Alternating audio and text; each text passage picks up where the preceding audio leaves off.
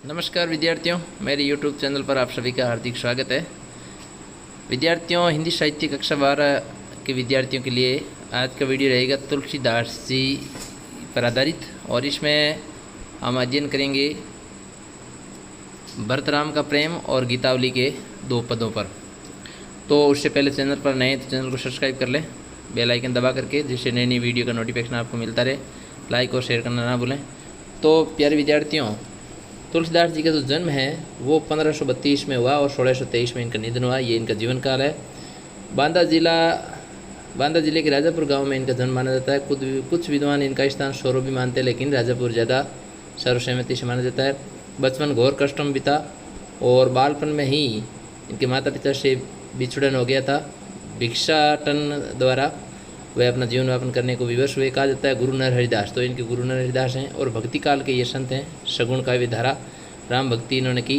पत्नी रत्नावली, आत्माराम और हुलसीबाई इनकी जो है वो माता पिता। रत्नावली से विवाह इनका हुआ और उन्हीं की बातों से प्रभावित होकर तुलसीदास जी का गृह त्याग करने की जो कथा है प्रसिद्ध है, किंतु इसका प्रमाण पर्याप्त नहीं मिलता है। पारिवारिक जीवन से विरक्त होने के बाद काशी, चित्रकूट, अविद्या पर कई भ्रमण किए। 1574 में रामचरितमानस ग्रंथ लिखा, जो अवधी भाषा का एक प्रसिद्ध महाकाव्य है अवधी का। अवधी और ब्रज दोनों भाषाओं पर तुलसीदास जी का समान अधिकार था। 12 इनके प्रामाणिक ग्रंथ माने जाते हैं, जिसका कुछ अंश उन्होंने काशी में लिखा। काशी में रहने लगे और यहीं उनका निधन हुआ। विद्यार्थियों, तुलसीदास लोक मंगल की साधना के कवि हैं और समन्वय के कवि भी इनको कहा जाता है। रामचरितमानस ग्रंथ के द्वारा इन्होंने लोक जीवन के विभिन्न पक्षों का उद्घाटन किया। साथ ही साथ मानस में जिन प्रसंगों की अभिव्यक्ति का अवसर इनको नहीं मिला, उनका उन्होंने कवितावली, गीतावली और विनय पत्रिका आदि में व्यक्त किया। गीतावली में, विनय पत्रिका में इन्होंने विनय और आत्मनिवेदन के पद हैं, इसलिए विनय पत्रिका है। इस प्रकार तुलसी के काव्य में विश्वबोध और आत्मबोध दोनों का समन्वय हुआ है।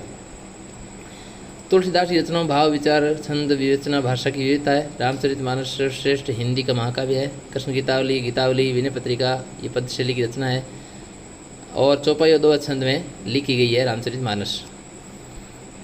इसके अलावा ब्रजो दोनों भाषाओं पर तुलसीदास जी का समान अधिकार था। 12 प्रमाणिक ग्रंथ इनके माने जाते हैं। प्रस्तुत चौपाई और 2 छंदों को रामचरितमानस के अयोध्या कांड से लिया गया है। तो ये ध्यान रखना है कि रामचरितमानस के अयोध्या कांड से ये प्रसंग लिया गया, जो हम पढ़ेंगे। राम वन गमन के बाद में भरत की जो दशा, उसका वर्णन यहाँ पर है। भरत भावुक से बताते हैं कि राम का उनके प्रति कितना प्रेम था। बचपन से ही वो भरत को खेल में सहयोग देते थे, कभी मन नहीं तोड़ते थे। तो भाई का प्रेम यहाँ पर इस प्रसंग में पढ़ेंगे। मन कभी नहीं तोड़ते थे। वे कहते हैं कि इस प्रेम भाव को भाग्य सहन नहीं कर सका और माता के रूप में उन्होंने व्यवधान उत्पन्न कर दिया। राम के वन में जाने के बाद में अन्य माताएं अविद्यावासी दुखी हुए, इसका भी वर्णन है। अगला जो अंश है उसमें गीतावली 2 पद दिए गए। प्रथम पद में राम के वन में जाने के बाद माता कौशल्या के हृदय की वेदना का वर्णन है और वे राम की वस्तुओं को देखकर उनका स्मरण करती है। दूसरे पद में माँ कौशल्या राम के वियोग में दुखी घोड़ों को देख करके एक बार पुनः अयोध्या में आने का निवेदन करती है। तो ये हम पढ़ेंगे इसमें। तो अब शुरू करते हैं विद्यार्थियों। तो भरत राम का प्रेम रामचरितमानस के। अभी इसमें आप प्रश्न क्या लिखेंगे? प्रस्तुत पद्यांश गोस्वामी तुलसीदास जी द्वारा रचित रामचरितमानस के अयोध्या कांड से लिया गया है और इसमें भगवान राम के वन में जाने के बाद भरत के मन की दशा का वर्णन किया गया। ये इसका प्रसंग हो जाएगा विद्यार्थियों। तो प्रसंग सही ढंग से लिखना बहुत ही ज़रूरी है। और उसके बाद में हम करते हैं भावार्थ। तो इसमें आपके जो है करुण रस है, अवधी भाषा है और 2 चौपाई छंद है, माधुर्य गुण है। ये ऐसी सब चीज़ें आपको कला पक्ष में लिखनी है, भाव पक्ष में भावार्थ करेंगे। तो इसमें देखो, सबसे पहले लिखा है कि पुल की शरीर सब भय ठाडे यानी खड़े हैं, और पुलकी यानी प्रसन्नचित या रोमांचित शरीर से सभा के बीच में वो खड़े हैं, ऐसा तुलसीदास यहाँ पर वर्णन करते हैं। उसके बाद में निरज नयन, इसमें रूपक अलंकार गए है ना। कमल रूपी नेत्रों से नह जल बाडे यानी प्रेम रूपी जल, बह रहा है, बाडे यानी बह रहा है। तो नह जल और निरज नयन में रूपक अलंकार मुख्य। उसके बाद में अनुप्रास अलंकार है, आरोप लगाया गया है। तो नीरज नयन नह जल बाडे यानी कि उनके कमल रूपी नेत्रों से प्रेम की अश्रुधारा बह रही है, या कमल रूपी नेत्रों से प्रेम रूपी जल की बाढ़ आ गई है। ये इसमें आपको लिखना है। फिर वो आगे क्या कहने लगे, उसके बाद में वो आगे कहते हैं, कब कहे मोर मुनिनाथ निभावा, वे कहने लगे कि मेरा जो कहना है वो वशिष्ठ मुनि ने पहले ही पूरा कर दिया है। अर्थात कहने का अर्थ है, भरत ये कह रहे हैं कि जो कुछ मैं बोलना चाहता हूँ वह तो उन्होंने पहले ही, मुनि वशिष्ठ ने, गुरु वशिष्ठ मुनि ने पहले ही निभा दिया है, यानी कह दिया है। अहीं ते अधिक कहो मैं का, इससे अधिक और मैं क्या कह सकता हूँ। मैं जानूँ निज नाथ स्वभावा, मैं जानता हूँ निज यानी अपने, नाथ यानी भगवान राम के लिए है, स्वभाव यानी स्वभाव, कि मैं भगवान राम के स्वभाव को अच्छी तरीके से जानता हूँ। कैसे? अपराधी ऊपर कोहू ने काहू, कोहू यानी क्रोध, ने काहू यानी कभी नहीं करते, कि वो तो जो अपराधी होता है उस पर भी कभी क्रोध नहीं करते हैं, ऐसा मैं भगवान राम के व्यवहार को जानता हूँ। मोह पर कृपा सनहु विषय की, और मेरे पर तो उनकी हमेशा ही, सनहु सने विषय की यानी विशेष, मेरे पर तो हमेशा ही उनकी विशेष स्नेह और कृपा रही है। खेलत खुनिश है ना, तो खुनिश शब्द है, खुनिश मतलब नाराज़गी, कि खेल में कभी भी नाराज़गी, मेरे पर उनकी नाराज़गी मैंने कभी नहीं देखी है। खेलत खुनिश ने कबू न देखी, तो खेलत में, खेल खेलने में कभी भी मैंने उनकी नाराज़गी नहीं देखी है। शिशुपन यानी बचपन ते ही, परिरव ने संगु, परिरव यानी त्याग, न यानी नहीं किया है, संग यानी संग, बचपन से ही उन्होंने मेरा कभी त्याग नहीं किया है, मेरा साथ नहीं छोड़ा है। कबू न कीने मोर मन भंगू, तो खेलत खुनिश और शनि संकोच में अनुप्रास अलंकार है ना, खेलत खुनिश में खे वर्ण की आवर्तीकरण, तो ये भी आप ध्यान रखें। कबू न कीने मोर मन भंगू, और कभी भी मेरे मन को उन्होंने भंगू यानी तोड़ा नहीं है, यानी मुझे नाराज़ नहीं किया। मैं प्रभु कृपा रीति जिए जोई, और मैं तो भगवान प्रभु राम की कृपा से ही अच्छी तरह से जी रहा हूँ, और मैं जानता हूँ कि हारो खेल जिताऊ मई, उन्होंने तो हारे हुए खेल में भी मुझे हमेशा जीताया है। फिर देखो आगे और क्या लिखा है, उसके बाद में कह रहे हैं महु सने संकोच बस सन्मुख कही न बैन, यानी वो कह रहे हैं सभा के बीच में खड़े होकर के दुखी मन से कह रहे हैं कि मैं प्रेम और शंका के कारण भगवान राम के सामने अभी ज़्यादा कुछ नहीं कहा मैंने, या नहीं कह सका, लेकिन उनके जो नेत्र हैं, नर्स दर्शन, दर्शन यानी दर्शन, तृप्त यानी तृप्त है, प्यासे हैं किसके? भरत के। ने आजू लगी प्रेम प्यासे नेत्र, कि प्रेम के प्यासे नेत्र आज तक उनके दर्शनों से तृप्त नहीं हुए, यानी शांत नहीं हुए। ये इस दोहा छंद में इन्होंने कहा, तो ये चौपाई थी ऊपर वाली और ये दोहा है। तो इस प्रकार ये पहला जो पद है ये यहाँ पर हुआ पूरा। अब हम आगे देखते हैं, आगे देखो क्या लिखा है, विधि न शकौ सही मोर दुलारा, है ना। और फिर वो कह रहे हैं कि विधाता को भी मेरे प्रति भगवान जो राम का प्रेम है या स्नेह है वो सहन नहीं हुआ। दुलारा यानी दुलार, प्रेम। क्यों? क्योंकि उन्होंने कैकेयी का बहाना बना करके राम को भरत से अलग कर दिया था। तो ये यहाँ पर इसमें बताया गया। तो यहाँ पर जो है वो कई शब्द भी हैं, जैसे सुचाली है, सुशाली अच्छा धान है, कुचाली बुरी चाल है, कोदो यानी मोटे अनाज की एक किस्म, मुक्ता मोती है, शंबुक है, घोंगा है, उदयन समुद्र, अवगव यानी डूबना, मिश यानी बहाना, जननी यानी माता, मंदी यानी नीच, सूची यानी पवित्र, सन्मुख यानी सामने, तृप्ति यानी प्यासे, और विधि यानी भाग्य या विधाता। तो ये कुछ शब्दार्थ भी हैं जो आपको इसमें याद करने विद्यार्थियों।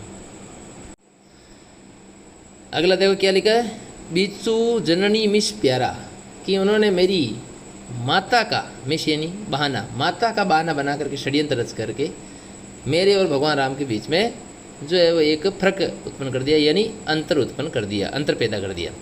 ये क्या हो तो मोई आज उन शोभा, फिर वो कह रहे हैं कि ये कहते हुए मुझे आज शोभा नहीं देता। क्या शोभा नहीं देता? कि अपनी समुद्री साधु सूची को भा, यानी मेरी समझ के अनुसार कौन साधु है, कौन पवित्र है, को यानी कौन, भाई नहीं हुआ कि कौन पवित्र है और कौन साधु है, इसका निर्णय तो जो है वह यहाँ बैठे हुए लोग ही करेंगे।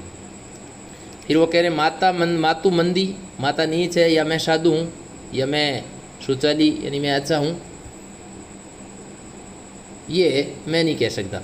माता नीच है, मैं साधु और सदाचारी हूँ, है ना। सुचाली यानी अच्छी चाल वाला साधु। तो वो कह रहे हैं कि माता नीच है और मैं साधु हूँ, ये मैं निर्णय नहीं कर सकता। ऐसे विचार लाना भी उर अश और इन हृदय में अशिन ऐसे आनत यानी आने पर कोटि कुचाली करोड़ों बुरे विचारों के समान है। कि ऐसे विचार लाना ही कि माता नीचे और मैं अच्छा हूँ, ऐसे विचार लाना मेरे हृदय में विचार मैं यदि लेके आता हूँ तो वो करोड़ों वो कुचाली यानी बुरे विचारों के समान, बुरी चाल के समान है। फिर देखो इन्होंने कहा है कि ये निर्णय तो अब यहाँ पर बैठे हुए लोग ही करेंगे, ऐसे विचार लाना भी करोड़ों दुराचारों के समान है। फिर देखो कोदो फरई की कोदो यानी कि जैसे कोदो यानी एक जंगली धान है, तो वो कह रहे हैं कि फरई की कोदो बाली सुशाली, सुशाली यानी अच्छा धान। तो वो कैसे कह रहे हैं कि क्या एक जंगली अनाज से या जंगली कोई बीज से अच्छा धान उत्पन्न हो सकता है? नहीं हो सकता। मुक्ता परसों की शंभु काली और एक घोंगे से, घोंगा एक जंगली काला घोंगा, शंभु यानी घोंगा, काली यानी काला, तो काले घोंगे से क्या उत्तम कोटि का परसों यानी उत्पन्न मुक्ता यानी मोती उत्पन्न हो सकता है? नहीं हो सकता। तो ये इस प्रकार वो कह रहे हैं कि ऐसे विचार लाना भी एक तरीके से पाप है, अर्थात नहीं हो सकता ऐसा, है ना। जंगली धान से अच्छा धान उत्पन्न नहीं हो सकता, फल यानी फल या फसल उत्पन्न नहीं हो सकती, और काले घोंगे से उत्तम मोती उत्तम कोटि का मोती उत्पन्न नहीं हो सकता। तो उसी प्रकार से मैं स्वप्न में भी किसी को इसका दोष नहीं दे सकता। स्वप्न दोष लसु ने कहूँ, मैं थोड़ा बहुत भी इसका दोष है स्वप्न में भी नहीं दे सकता। वो ये नहीं कह सकते कि माता दोषी है। कहने का अर्थ यह है या भाव यह है कि मेरे भाग्य में जो लिखा है, देखो आगे लिखा मोर अभाग, मेरे भाग्य में दुर्भाग्य में जो लिखा है उसे भगवान ने बारने से सब कुछ छीन लिया है, और इसका मैं दोष किसी को नहीं देना चाहता। वो ये कह रहे हैं कि मैं इसका किसी का नहीं देना चाहता, क्योंकि मेरा दुर्भाग्य ही अतः सागर बना हुआ है। देखो यहाँ पर लिखा है उददी अवगव, अभाग्य अभाग्य यानी दुर्भाग्य ही, उददी यानी सागर, अवगव यानी अतः सागर बना हुआ मेरा खुद का ही दुर्भाग्य है जिसके कारण ऐसा हुआ है। उसके बाद देखो आगे वो और क्या कह रहे हैं। फिर वो कह रहे हैं बिन समझे, बिना समझे ही मैंने अपने निज अग यानी पाप परिपाकों यानी परिणामों, कि मैंने खुद के पापों के परिणामों को समझे बिना ही, खुद के पापों के परिणामों को समझे बिना ही जो है वो जारियु है ना, जलाया है। जारियु यानी मैंने जलाया है, कटु वचन के करके माता के हृदय को जलाया। जारियु जाय जननी कई काकू, है ना, काकू कई काकू यानी कठोर वचनों को, कटु वचन, काकू यानी कठोर वचनों को कह करके मैंने माता के हृदय को व्यर्थ में ही बेकार में ही जलाया। कई काकू तो इसमें अभी आपके अनुप्रास अलंकार है। जारियु जाय जननी इसमें भी अनुप्रास अलंकार है। तो ये दो चौपाई छंद और अवधि भाषा ये हम पढ़ रहे हैं इसमें। हृदय हेरई हारेऊ सब हो रहा, हृदय हेरी हारेऊ यानी हृदय में अच्छी तरीके से मैंने विचार करते हुए, या मैंने अपने हृदय में अच्छी तरह से विचार कर लिया है सब ओर से, एक ही भांति भल मोरा, मेरा एक ही प्रकार से भला हो सकता है, एक ही प्रकार से इसमें अनुप्रास एक ही प्रकार से भला हो सकता है। और वो क्या, वो ये है कि गुरु वशिष्ठ सब कुछ समर्थ शक्तिवान है, तथा सीता और राम मेरे स्वामी हैं। ये देखो यहाँ लिखा गुरु गोसाई साई विषय रामू, यानी गुरु गोसाई यानी भगवान गुरु वशिष्ठ मुनि सर्वसमर्थ है, और सीता और राम मेरे स्वामी हैं, साई यानी स्वामी। लागत मोई नीकू परिणाम, है ना। इसी कारण वो कह रहे हैं कि मुझे अच्छे परिणाम की आशा है या मुझे अच्छा परिणाम नज़र आ रहा है। उसके बाद में साधु सभा गुरु प्रभु निकट क्यों सुथल सती भाव, है ना। फिर उसके बाद में वो आगे क्या कह रहे हैं कि सुथल यानी इस स्थल चित्रकूट स्थल पर मैं शुद्ध भाव से सच्चे मन से ये कहता हूँ, जहाँ पर गुरु बैठे हैं, राम जी बैठे हैं, तो इन सब की निकटता से इस पवित्र तीर्थ स्थल चित्रकूट में मैं शुद्ध मन भाव से कहता हूँ कि मेरा व्यवहार प्रेम प्रपंच यानी छल कपट नहीं है, कि झूठ कुछ नहीं है, और यदि ये झूठ है जानी रघु मुनि रघुराय। तो ये सब कुछ गुरु वशिष्ठ और भगवान राम जानते हैं।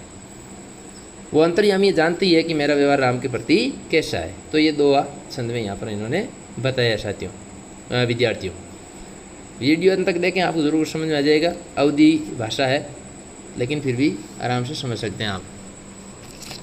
उसके बाद देखो अगले पद्यांश में तुलसीदास रामचंद्र मानस का अयोध्याकांड से लिए गए और चित्रकूट में सभा में भरत के निवेदन का यहाँ पर वर्णन किया गया। आगे क्या है, चित्रकूट में कहते हैं कि भूपति मरण प्रेम पनुराकी, प्रेम पनुराकी, यानी भूपति राजा दशरथ के लिए आया कि वन गमन में जाने के बाद में राजा दशरथ ने अपने प्राणों का त्याग करके प्रेम की जो प्रतिज्ञा थी उसको उन्होंने रख लिया, उसकी लाज उन्होंने रख ली। जननी कुमति जगदुष्ब साकी, मेरी माता तो जो है वो बुरी बुद्धि की थी, इसका तो पूरा संसार साक्षी है ना। जननी कुमति, कुमति यानी बुरी बुद्धि, जगतु सब साकी, पूरा जगत इसका साक्षी है। देखी न जाई विकल महतारी, और ये दशा जो है वो व्याकल माताओं की दशा देखी नहीं जाती, जो माताएं हैं उनकी दशा देखी नहीं जाती, महतारी माताओं की। जरई दूषई जरपुर न नारी, नगर के समस्त नर और नारी इस असैन्य दुख के ताप से जल रहे हैं। इसका अर्थ ये होगा, जरई यानी जल रहे हैं, दूषय यानी असैन्य, जर यानी ताप से पूरे नगर के नर और नारी इस असैन्य दुख के ताप में जल रहे हैं। मही सकल अनर्थ कर मूला, उसके बाद में वो खुद को ही दोषी ठहरा रहे। भरत खुद ही कहते हैं कि मैं ही इन सब बुरे कार्यों का या अनर्थों का मूल हूँ, जड़ हूँ। ये सब सुनकर फिर क्या हुआ, सो सुनी समझी सही सब सूला, ये सब सुनकर समझकर भी मैं सब दुखों को सहन कर रहा हूँ, है ना। सब शूला यानी दुखों को सहन कर रहा हूँ, सही हो यानी सहन। सुनी बन गवनु की नहीं रघुनाथा, फिर वो कह रहे मैंने सुना है कि राम ने वन गमन कर लिया है ना, मुनि वेश धारण करके राम लक्ष्मण सीता ने वन गमन में कर लिया, जो वन में चले गए, और वो बिना जूते चंपलों के नंगे पाँव गए। ये भी देखो अगली का, करी मुनि वेश लखन सिए साता, बिन पानई पयोदई पाँव, है ना। बिन पानई यानी बिना जूतियों के, बिना जूते चप्पलों के, नंगे पैर ही, है ना, नंगे पयोदई यानी पैदल ही चले गए। और इसका साक्षी कौन है, शंकरु यानी भगवान शंकर इस दुख और घाव के घाये रहे यहीं घाये, इस घाव के इस दुख के भगवान शंकर खुद साक्षी है, ये भी बताया गया। और इस बात को सुन करके उनका हृदय भी बहुत दुखी हुआ, भरत का भी। फिर देखो और आगे क्या हुआ, तो पैदल ही गए, शंकर भगवान इस गांव के है साक्षी भी है। ये सब सुनते हुए मेरे प्राण निकल क्यों नहीं गए, ऐसा भी भरत यहाँ पर कहते हैं। बौरी निहारी निषाद स्नेह, उसके बाद जब भगवान आगे गए तो फिर निषाद राज के प्रेम को देखकर मेरा वज्र के समान कठोर हृदय जो है फट क्यों नहीं गया।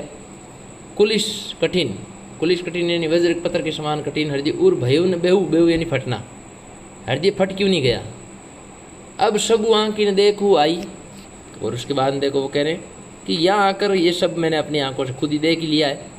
जियत जीव जड़ सब सहाई, लेकिन उसके बाद भी मुझे या मेरे इस मूर्ख जड़ जीव को भगवान जीते जी जो है वो सहन करवा रहे हैं, तो मुझे सहन करना पड़ रहा है। तो यहाँ पर देखो आपके अवधि भाषा में 2 चौपाई शैली में बताया गया है,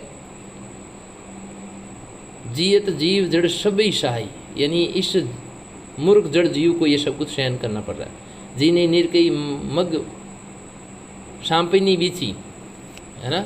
तो यहाँ पर भी ये बताया गया है कि जिन भगवान श्री राम को देखकर रास्ते के मग यानी रास्ते के सांप और बिच्छू भी अपना तीक्ष्ण जहर भयंकर क्रोध त्याग देते हैं। तजई विषम विषु तापस्तिची, है ना। तापस्तिची का मतलब है कि क्रोध और तिची यानी तीक्ष्ण तीव्र तेज क्रोध को भी वो त्याग देते हैं। तई रघुनंद लखनऊ सिए अनहित ला गई जाई, ऐसे भगवान राम जो है वो कह रहे हैं कि लोगों को क्या दिखे, शत्रु सम दिखाई दिए, शत्रु के समान दिखाई दिए, अनहित लगे। और उसके बाद में अगले अंतिम लाइनों में कह रहे हैं कि तासु तने तुम्हारा पुत्र, उनका पुत्र तजी त्याग करके, दूसरे या त्याग यानी छोड़ करके, दूसरे यानी ऐसैन्य दुख देऊ सहा वही काही, यानी कि ऐसे माता कैकेयी के पुत्र भरत को छोड़कर और किसको विधाता ने इतना दुख दिया है, अर्थात किसी को नहीं दिया है। तो भरत इतने दुखी है भगवान राम के वनगमन में करने के बाद में। तो ये चीज़ें यहाँ पर है रामचरितमानस से। अब इस तरह से समझे, इसको समझ नहीं आया तो कमेंट करके ज़रूर बताएं। अब हम पढ़ते हैं पदों को, जिनमें जो आपके लिए गए हैं गीतावली से लिए गए। तो प्रस्तुत पद्यांश तुलसीदास द्वारा रचित है गीतावली से, और इस पद में वनगमन के बाद कौशल्या की वीर वेदना का वर्णन यहाँ पर किया गया। तो देखो, जननी निर्गत बाण धनैया, जननी यानी माता, निर्गत यानी देखती है, बाण धनैया यानी बाण और धनुषों को। कि माता कौशल्या राम के बचपन के जो धनुष बाण हैं उनको भगवान राम के वन में जाने के बाद देखती है, बार बार वो नहीं लाती, बार बार उनको नेत्रों से लगाती है, हृदय से लगाती है। प्रभु जी की ललित पनैया, तो बार बार भगवान राम की जो माता कौशल्या है उनकी सुंदर जुतियाँ हैं, धनुष बाण है, उनको हृदय से लगाती है, नेत्रों से लगाती है। तो इस प्रकार ये है पुनरुक्ति प्रकाश अलंकार, उपमा अनुप्रास अलंकार। यहाँ पर माता और पुत्र का है प्रेम, तो वात्सल्य रस है ना। और ब्रज भाषा यहाँ पर ध्यान रखें, यहाँ पर ब्रज भाषा है, ये काम में ली गई है। फिर देखो और क्या कहती है, कबू प्रथम ज्यों जाय जगावती कई प्रिय वचन संवारे, यानी कभी कभी माता पहले की तरह ही प्रातःकाल में प्रिय वचन बोलकर भगवान श्री राम के भवन में पहुंचकर उन्हें जगाती है कि हे बेटे उठो, है ना। तो ये ऐसा करती है, उठो तात, हे बेटे उठो, बलि मातु बदन पर, है ना, तुम्हारी जो है मुख पर, माता तुम्हारे मुख सौंदर्य पर, मुख की आभा पर माँ सब कुछ न्यौछावर है।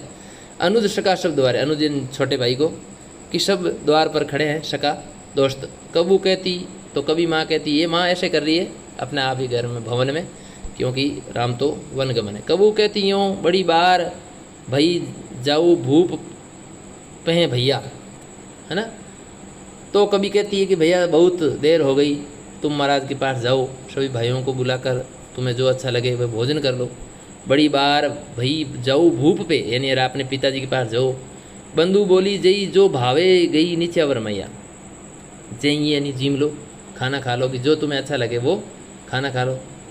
फिर देखो, कबू समझी वन गमन राम को रही चित्र लकी सी, उपमा अलंकार।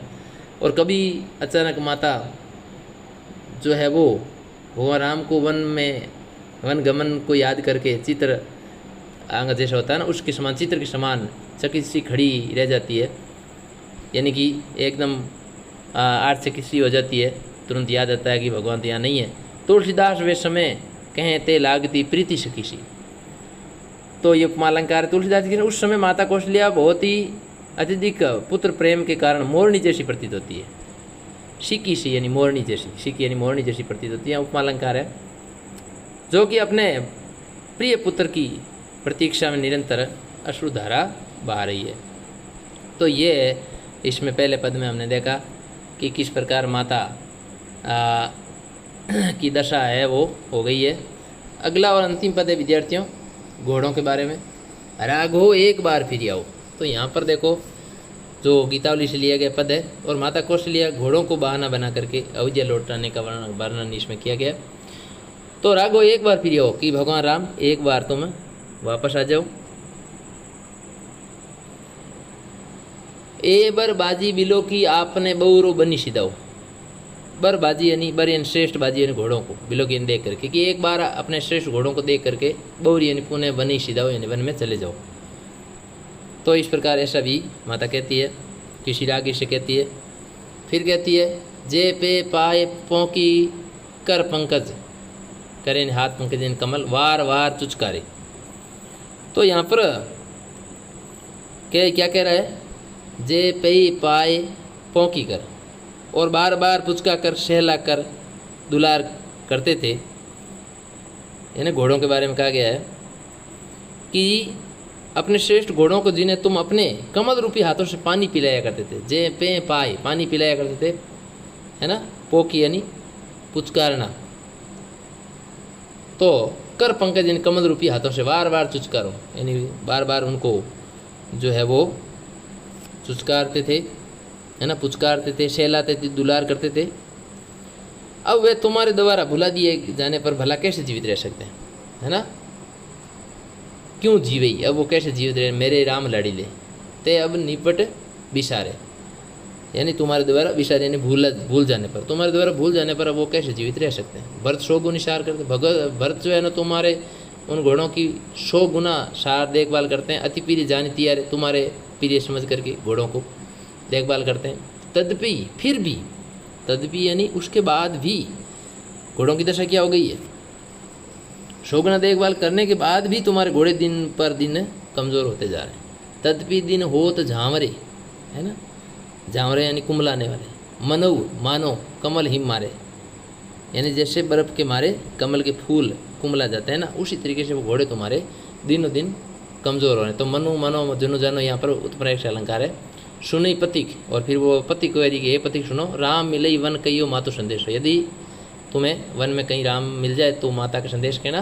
क्या कहना, तुलसी मोई और सब हिनते इनको बड़ो अंदेश हो। और क्या कहना, कहना कि मुझे इन घोड़ों की सबसे अधिक चिंता है और तुम्हारे दुख में इनके जीवित रहने की संदेह होने लगा है, यानी ये मरने की स्थिति के पास में पहुंच चुके हैं, तो ये संदेश ऐसा दे देना। अब इसमें राम भरत प्रेम में प्रश्न अभ्यास में बता देता हूँ कि आरू खेल देता हूँ मैं भरत के इस कथन का आशय क्या है। तो अर्थ लिखना है कि भी किस तरीके से कितना प्रेम स्नेह भाव रखते थे बचपन में, मेरे हारने पर भी मुझे जीता देते थे, ये पहला। दूसरा प्रश्न है, मैं जानूं नित्यनाथ स्वभाव में राम के स्वभाव किन विशेषता की ओर संकेत किया गया। तो इसमें भगवान राम के अपराधी पर भी क्रोध नहीं करते थे, किसी का अहित नहीं किया, और सदैव सभी का हित करने की भावना का वर्णन इसमें किया गया है, विशेषताओं का संकेत किया गया है, दयालु कृपालु। तो ये दोनों प्रश्न महत्वपूर्ण है। भरत का आत्म परिताप, परिताप यानी दुख, उनके चरित्र के किस उज्ज्वल पक्ष की ओर संकेत करता है। तो ये भी जो प्रश्न है काफ़ी महत्वपूर्ण है, इसको भी आप ज़रूर देखें। राम के प्रति अपने श्रद्धा भाव को भरत किस प्रकार प्रकट करते हैं। तो वो जो है वो श्रद्धा का भाव रख करके और ये कहते हैं कि मुझे पूर्ण भरोसा विश्वास है, शुभ समाचार की आशा भी है, और दशा दे करके खुद को ही उसके लिए समय को दुखी भी मानते हैं, उसका कारण भी समझते हैं। तो यह 5 प्रश्न महत्वपूर्ण है। मई शकल अनर्थ कर मूला पंक्ति द्वारा विचारों भावों को स्पष्ट कीजिए, यानी कि कहते हैं कि मैं ही इन सब का कारण दोषी हूँ, क्योंकि पुत्र मोह होने के कारण माना माता ने कई ने ऐसा किया और ऐसा में फिर निधन भी हो गया अचानक। तो वो कह रहे हैं कि अपराधी पर क्रोध नहीं करते तो मुझे भी वो वापस से क्षमा कर देंगे। तो इसमें भाव विचारों का अर्थ लिखना है। फिर फरई की तो यहाँ पर इसका ये लिखना है, बाली सुशाली मुक्ता प्रसव की शंभु काली, इसी पे भाव और शिल्प सौंदर्य। तो ये कला पक्ष भाव दोनों लिखने हैं। तो भाव सौंदर्य में जिसका अर्थ करना है कि भी जैसे जंगली अनाज से उत्तम किस्म का ध्यान पैदा नहीं हो सकता, काली घोंघर से सीपी मोती नहीं बन सकता, उसी पर कुमाता से उत्पन्न पुत्र अच्छा कैसे हो सकता है, यानी भरत अपने आप को कैसे कह सकते हैं कि मैं अच्छा हूँ। तो इस प्रकार ये करना है। अनुप्रास और दृष्टांत अलंकार जो पै छंद है ये आपको इसमें लिखना ही है। पद में देखो आगे जो प्रश्न है वो है आपके राम रई चित्रलकीशी उपमा अलंकार के माध्यम से बताना है। माता की उपमा अलंकार 2 उदाहरण दी, चित्रलकीशी है, इसके बाद में इससे ऊपर वाली लाइन में भी था जिसमें दोनों में आपके उपमा अलंकार है। प्रीतिशिकीशी और चित्रलकीशी दोनों उपमा अलंकार 2 पंक्तियाँ दे सकते हो आप। उत्प्रेक्ष अलंकार वो है मनो, है ना, मनो कमल हिम मारे झांवरे, तो ये उत्प्रेक्ष अलंकार के उदाहरण है, वो लिख देना। और दशा लिखनी है आपको, किस प्रकार की दशा हो गई थी, तो ये आपको इस प्रकार इसमें करना है। तो मिलते हैं और वीडियो के साथ, तब तक के लिए जय हिंद जय भारत। वीडियो को लाइक और शेयर करना ना भूलें। थैंक यू विद्यार्थियों।